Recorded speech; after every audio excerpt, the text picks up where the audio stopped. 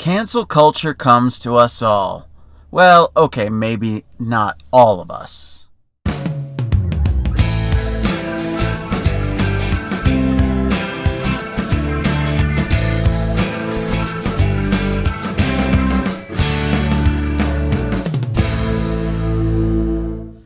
Hi, welcome back to the Colorblind Architect Podcast, and I'm your host, David, and wow, it's been amazing to watch Dr. Seuss get canceled, and I think I just saw that Peter Pan got canceled, and Dumbo.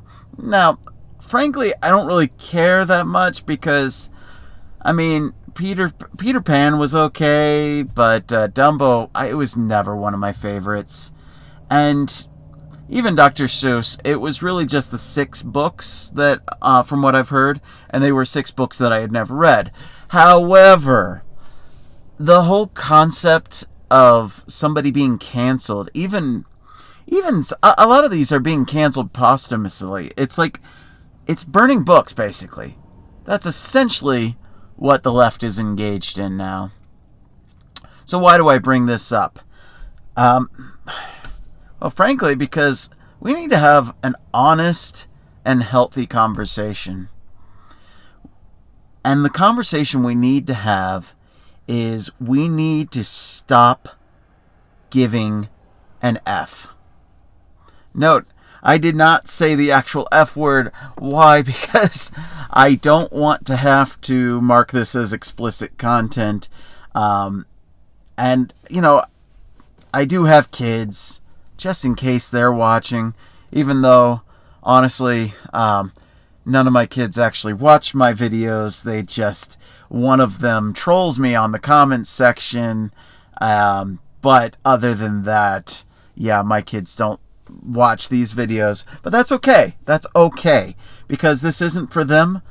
In fact, I don't even really care that there's hardly anybody ever watching these videos. So to the few people who do actually watch these videos, thank you. And, you know, if you are watching this and you like what I have to say, sure, you know, like, subscribe, give me a rumble. Sure, great. So today I wanted to talk about the book, The Subtle Art of Not Giving an F. Okay, so if you've heard about this book, it came out a few years ago, and the title is very catchy. To be quite honest, it's one of the most ingenious titles to a book I have ever seen. And it's not the frequent use of the F word that really makes all that big of a difference. Granted, his target market, his target audience is definitely people who would more easily want to be using the F word all the time. So obviously it's not meant for, you know, people like me, or for you know, my kids, or, you know, people in our, you know, in our social circles, because in my social circles, using the F word is kind of a it's kind of a no-no. You know, we try to keep really clean with our language, and, you know, you might notice sometimes I'll spurt out the random expletive every once in a while, but I try to avoid it because that's not how I was raised. I was raised to, you know, use clean language and not to use a verbal crutch of expletive language, because one of the things that you'll notice a lot of times is people who use expletives a lot of times it's because they're almost using it like, or like, and so these are, they're verbal garbage, they're verbal fillers. And so most people, when I hear them use the F word, they're using it not to make any kind of point or to actually have any meaning behind it. They literally are just using it as an it's a verbal filler.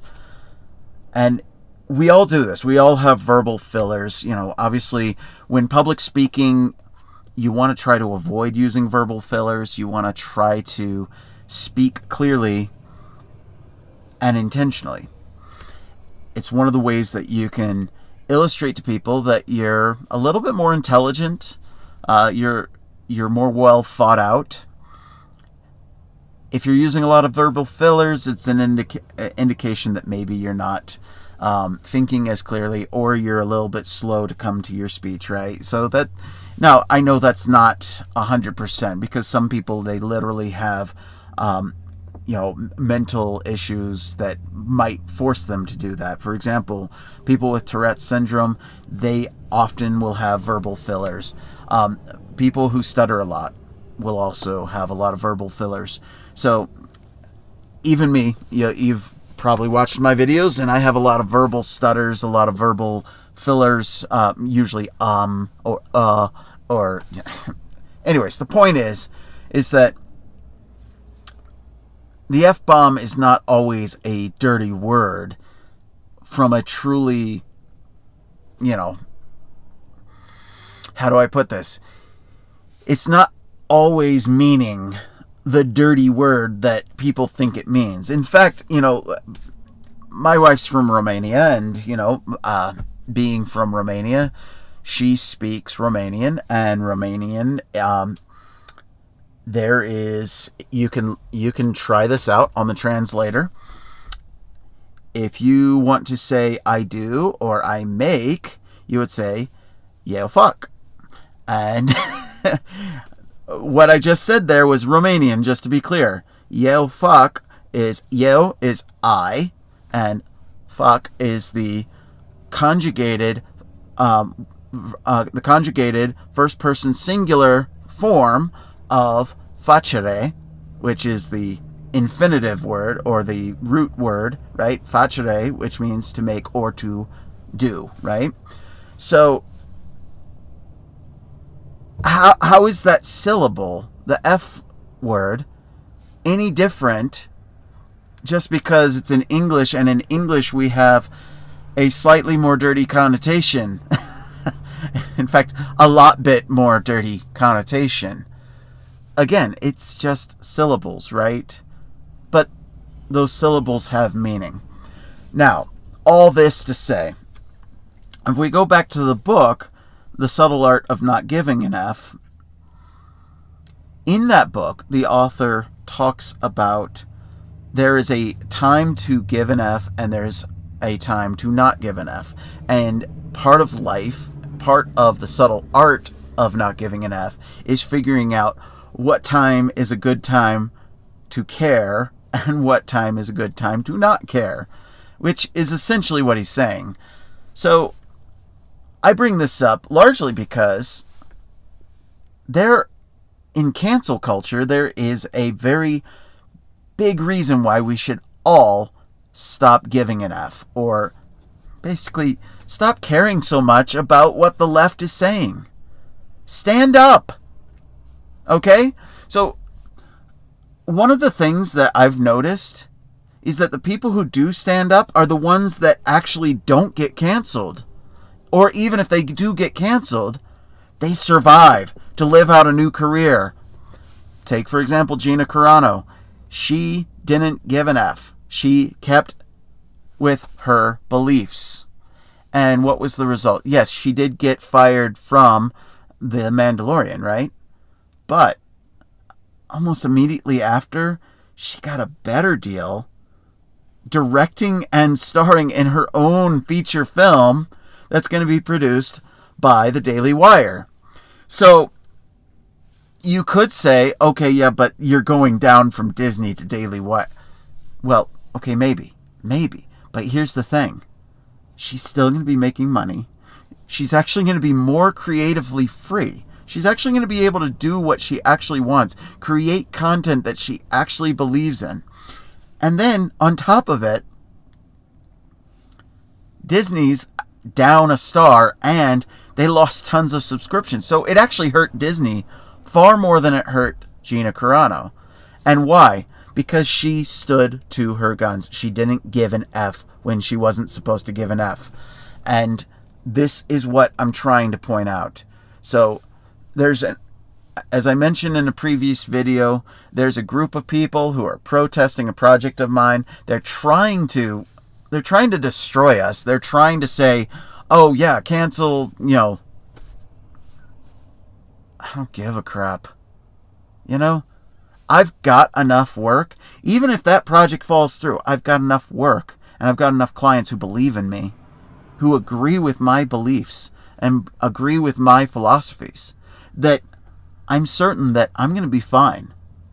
So, first off, what they're demanding is for us to not develop the project, right? Okay. Well, and then what? So all the hundreds of thousands of dollars that we've spent already, and the millions of dollars that have been committed by investors to build a project that is sustainable, has solar panels, it's really energy efficient, it has a vehicle sharing program, it's got bicycle storage and bicycle repair stations for the units, for the apartment dwellers.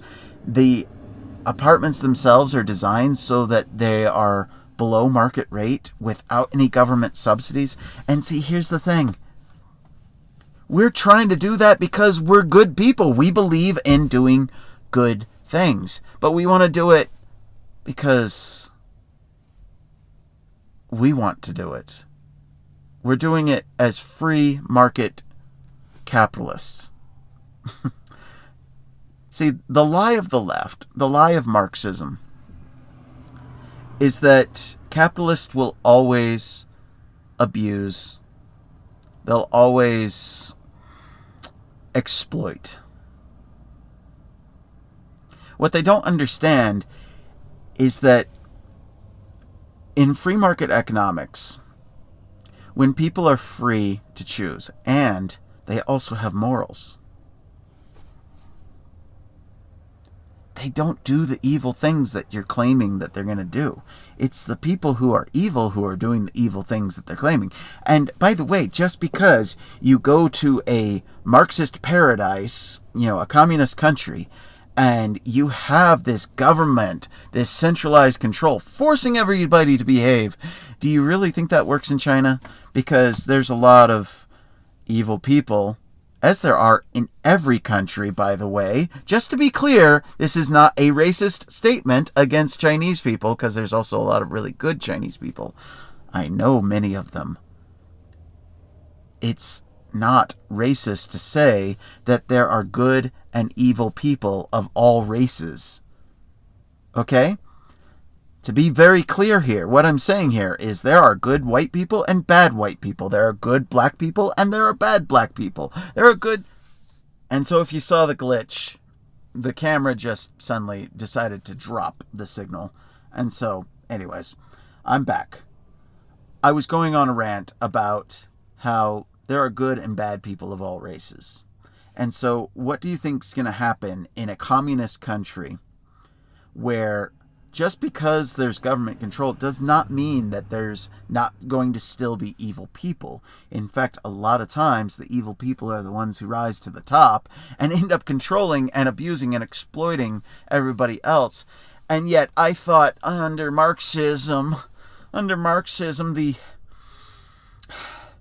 the evil capitalists are the ones that are exploiting people. No, in communist countries, it's the same thing, except instead of having a government that polices the capitalists, you have a communist government that also owns the means of production, and so they enslave the masses and still exploit the masses. Either way, power corrupts, and absolute power corrupts absolutely. So that's a time when you should give an F. Yes, there are times when you should give an F. And that would be when your life is on the line. You need to fight for your freedom. That's a fight that you should be giving. And how do you fight for your freedom? You stand up for it, people. Stop this crap where you're just, I'm just gonna lay low and I'm going to be quiet because I don't want to be called out. I don't want to be doxxed. I don't want to be... You're giving an F to the wrong thing. Remember, The Subtle Art of Not Giving an F. And I know I'm quoting that book a lot, but it's really important here, okay? You need to not give an F to people who have no power over you or very little power. But you do need to give an F about the loss of your freedoms. Okay? If you're letting your freedoms skirt away, you're giving an F to the wrong things. So all I can say is stand up and speak out, people. Stop being silent. Stop letting the left, stop letting the communists win. Stop just standing by and going, no, Orange Man bad. I can't vote for Orange Man. So I'm going to vote for the really dirty, corrupt politician, but he talks nice. Yeah, that didn't work out so well. Now we've got Joe Biden as president. And yeah, did you notice what he did almost the first day? Yeah, he bombed Syria. Yeah. So for all you Biden voters out there, how are you feeling now? How are you feeling that he promised $2,000 stimulus checks and instead bombed Syria? Yeah. Maybe you should think about that. Maybe you should actually give an F about the things that you should give an F about, and not give an F about what other people might say. Oh, but if I vote for Trump, my neighbors are going to think that I'm an evil right-winger who's a white supremacist, because that's what the news media, the fake news, tells me to believe in. And, well, what? Yeah, well, that's what you get for looking at the outward appearance. So you're giving an F about the outward appearance of somebody, and you're not looking at the inner vessel. See, I hate to keep drawing this back to Christianity, but man, people, you need to wake up. Stop being woke and actually awake, okay? Waken up. Read your scriptures. Study the words of Jesus Christ. Because you know what? I'm not trying to convince you to join some Christian church and start paying tithes. What I'm trying to do is I'm trying to tell you that you're giving an F to the wrong things. You should give an F about your eternal salvation.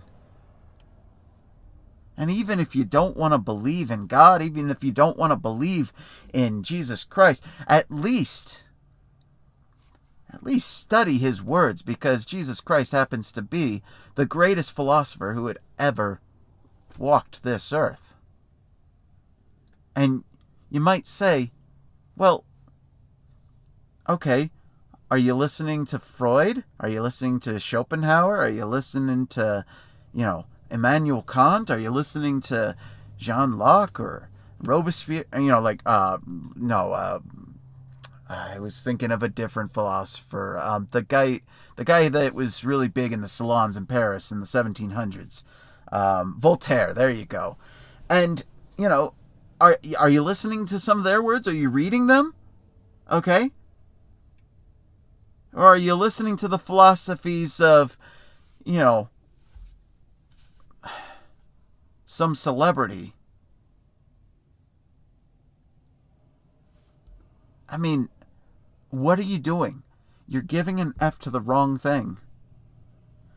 You're giving an F to listening to what some idiot celebrity who just happens to have a good-looking face and got put on camera, and so now you believe that they have some kind of mystical power because some corporation has stuck them up on a screen And yet you're not listening to the words of great philosophers and great thinkers. You're not taking time to study so that you can actually be a free thinker, a free individual, and somebody who's actually conscious enough to not just follow the herd right off the cliff like a bunch of lemmings. I'm sure you heard it when you were a teenager. I'm sure your parents used to say this. Well, if all your friends are going to jump off a cliff, are you going to do that too? Well, maybe. Depends on what's at the bottom of the cliff. If at the bottom of the cliff there's a nice deep water lake and it's safe to jump, yes, you do jump off that cliff. Why? Because it's fun. But you have to be a free thinker to be able to know the difference between a cliff that's safe to jump off of. Like, for example, the cliffs that I've jumped off include one into a lake and a few off skis, okay? I jump off the cliff in skis, land on a nice downhill slope, and I continue skiing on, okay? So jumping off a cliff is not immediately bad. Most of the time, it is bad. Okay? You have to be a free thinker to know the difference. You have to give an F about the right things. So, I might have ranted a bit more than I expected, but it just feels like too many people give an F about the wrong things and don't give an F about the right things. Hopefully you can think more clearly and more freely and tell the difference. And I do recommend the book. Just understand that if you're going to read it, there's probably about 450 F-bombs in the book over the course of 300 pages. So just fair warning there. If your sensitivities are such that you don't like the F-bomb, yeah, it's not the book for you. However, if you can see past that and you can understand what the author is actually trying to say, it's actually a really great book, and I highly recommend it. So, anyways, with that, I bid you farewell another day. I'm the Colorblind Architect. Peace out.